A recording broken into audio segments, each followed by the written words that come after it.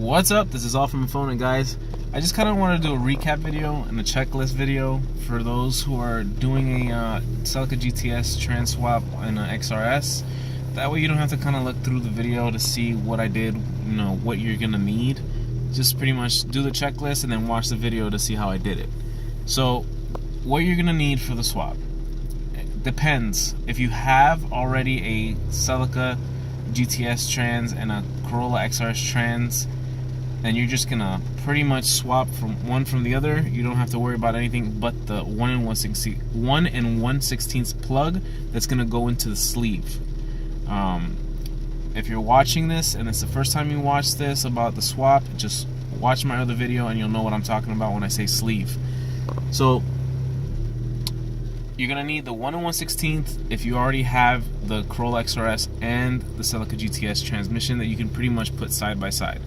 If you don't have a Corolla XRS transmission and you just only have the Celica GTS trans, so like my MR2 guys, if you have, I know there's some MR2 guys out there that have to use, I believe, the XRS transmission, and they have to buy the shifter shaft assembly.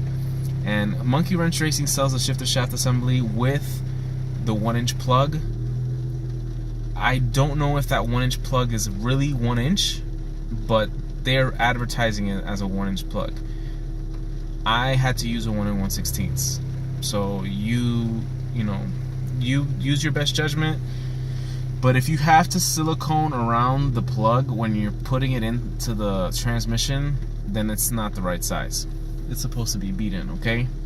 The type of plug that it is, an expansion plug or a freeze plug, those type of plugs need to be pressed in or beat into the hole to make a nice tight seal. So I would recommend to buy a 1 1/16 plug anyways, you know, on top of the kit that they're gonna sell you, because I just don't know what it's gonna come with. I'm just saying it because you're gonna save yourself a headache when you get the stuff and then it doesn't fit. So anyways, so let's just say you just have a Celica GTS Transit, you're putting it into a car, and you're gonna be doing a swap that you needed, you know, the shifter shaft assembly to be on the opposite side. You're gonna have to buy the shifter shaft assembly and the plug. So, as for that, you should be good to go with the transmission parts. Now, take a lesson from what I've done to this car. Do not buy cheap parts. Buy an XZD clutch, buy a Fidenza clutch, buy ACT, real ACT, because there are some fake ACT clutches out there, and that's pretty much what I had. You know, comp clutches, those are like really high quality clutches. Obviously, the cheapest, best quality clutch is right now that I've seen and have tested is XZD. XZD makes a decent clutch, but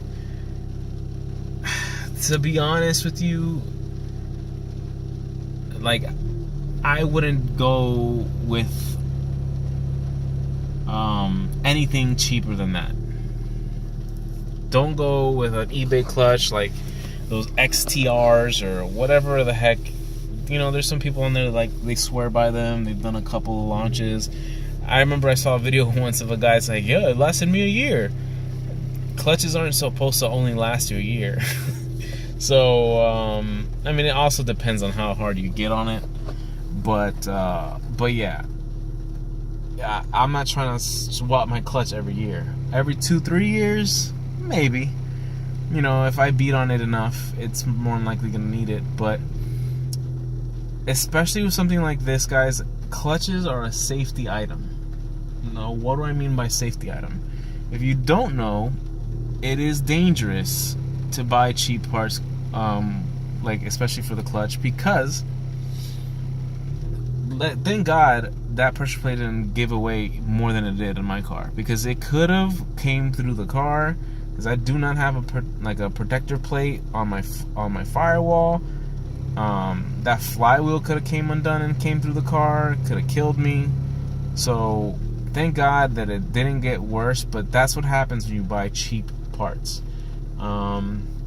These engines rev really high, a lot of revolutions per minute, so, you know, cheap parts will break. So yeah, don't go cheap on the clutches, because you already saw what happened. But yeah, guys, just want to do that little checklist. The car's running great. First, second, third, fourth, fifth, all the gears are working perfect. Yeah, I'm excited about how it went in, how it went on. No issues. What else? On my next video, I'm probably gonna try to take the Celica transmission, it's the engine out, so I can kind of clean it up and pretty much show you guys. Maybe I'll split it open, change the timing chain, do like a timing chain set, maybe upgrade the oil pump while I'm there, because those tend to go bad. Little stuff like that. I really want to do this on the Celica, because I don't want it to go to waste.